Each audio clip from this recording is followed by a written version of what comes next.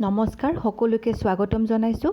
আজি মই আপোনালোকৰ সৈতে আন এটি ব্যতিক্ৰম ৰেচিপি শ্বেয়াৰ কৰিবলৈ ওলাইছোঁ। এই ৰেচিপিটোৰ নাম হৈছে ৰ' পটেটো চাটনি, কেঁচা আলুৰ চাটনি।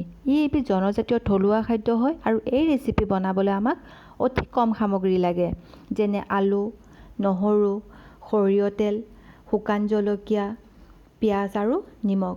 অতি কম সামগ্ৰীৰে লগা এইবিধ খাদ্য খাবলৈ অতি সোৱাদযুক্ত হয়। তেতিয়াহ'লে আহকচোন আমি ৰেচিপিটো বনাবলৈ আৰম্ভ কৰোঁ। আৰু এতিয়া মই আপোনালোকে দেখিছে মিডিয়াম চাইজৰ আলুৰ 4 ভাগৰ 1 ভাগ অংশ লৈছোঁ, নহৰু কেইফুটমান, মিডিয়াম চাইজৰ পিঁয়াজ, শুকান জলকীয়া আৰু নিমখ আৰু তেল। আৰু এইখিনি মই মিক্সাৰ গ্ৰাইণ্ডাৰ জাৰত উলিয়াই লৈছোঁ। তেলটো এতিয়া নিদিওঁ আৰু আপোনালোকে পিহনা বা পটাশিলতো পিহিব পাৰে। আৰু এইখিনি মই এতিয়া গুড়ি কৰি ল'ম। এইবিধ অতি পুৰণি থলুৱা খাদ্য হয়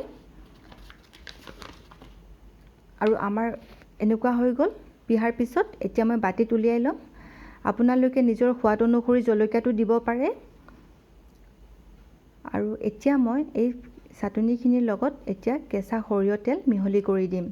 আৰু এই চাটনিখিনিৰ লগত কেঁচা সৰিয়হ তেলৰ গোন্ধ আৰু সংমিশ্ৰণ অতি সোৱাদযুক্ত হয় আৰু সোৱাদ দুগুণ বঢ়াই দিয়ে। আৰু এতিয়া মই অলপমান টেষ্ট কৰি চাম খাবলৈ কেনেকুৱা হৈছে।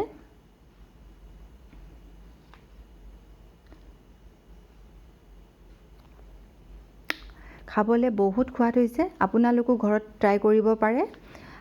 ভাতত পানী দি বা পঁইতা ভাতৰ লগত কেঁচা আলুৰ চাটনি খোৱাৰ জুতিয়ে বেলেগ।